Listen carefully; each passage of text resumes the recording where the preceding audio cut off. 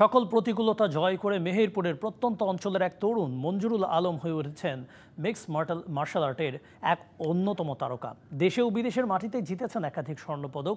সবশেষ দেশের মাটিতে ভারতের ব্রোঞ্জ মেডেলিস্ট আজহার উদ্দিনকে হারিয়ে হয়েছেন double horse নকআউটে champion.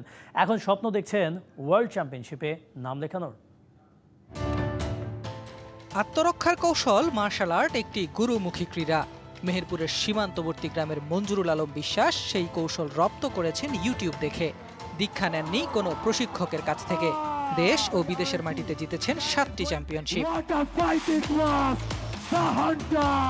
Mix martial আর্টে জাতীয় ও আন্তর্জাতিক পর্যায়ে এখন পরিচিত একটি নাম মঞ্জুরুল আলম বিশ্বাস। অথচ পেছনের গল্পটা মোটেও সুখকর ছিল না তার। স্বপ্ন জয়ের আশায় নিজেই সরঞ্জাম কিনে নিজ বাড়িতে ইউটিউব দেখে শুরু করেন প্রশিক্ষণ। মঞ্জুরুলের এমন কাণ্ড দেখে অনেকেই করেছেন তিরস্কার, কিন্তু হাল ছাড়বার পাত্র নন তিনি। এই পর্যন্ত আসাটা খুব সহজ একটা জার্নি ছিল না, এবং আমি শুরু করি ট্রেনিং হচ্ছে ইউটিউব থেকে। যখন আমি শুরু করি এটা তখন থেকে এই পরিকল্পনাটা একটাই ছিল, সেটা হচ্ছে বিশ্ব চ্যাম্পিয়ন হওয়া। আমি আগামী মাসেই হচ্ছে থাইল্যান্ডে যাচ্ছি এবং আশা করি আমি এই স্বপ্নটা খুব তাড়াতাড়ি পূরণ করব। শুধু নিজের সাফল্য নয়, প্রশিক্ষণ দিয়ে তৈরি করেছেন একাধিক যুবককে।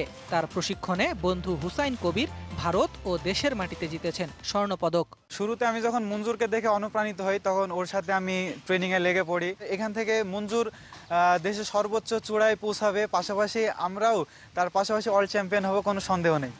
যারা এতদিন উপহাস করেছেন, আজ তারাই মঞ্জুরের সাফল্যে গর্বিত।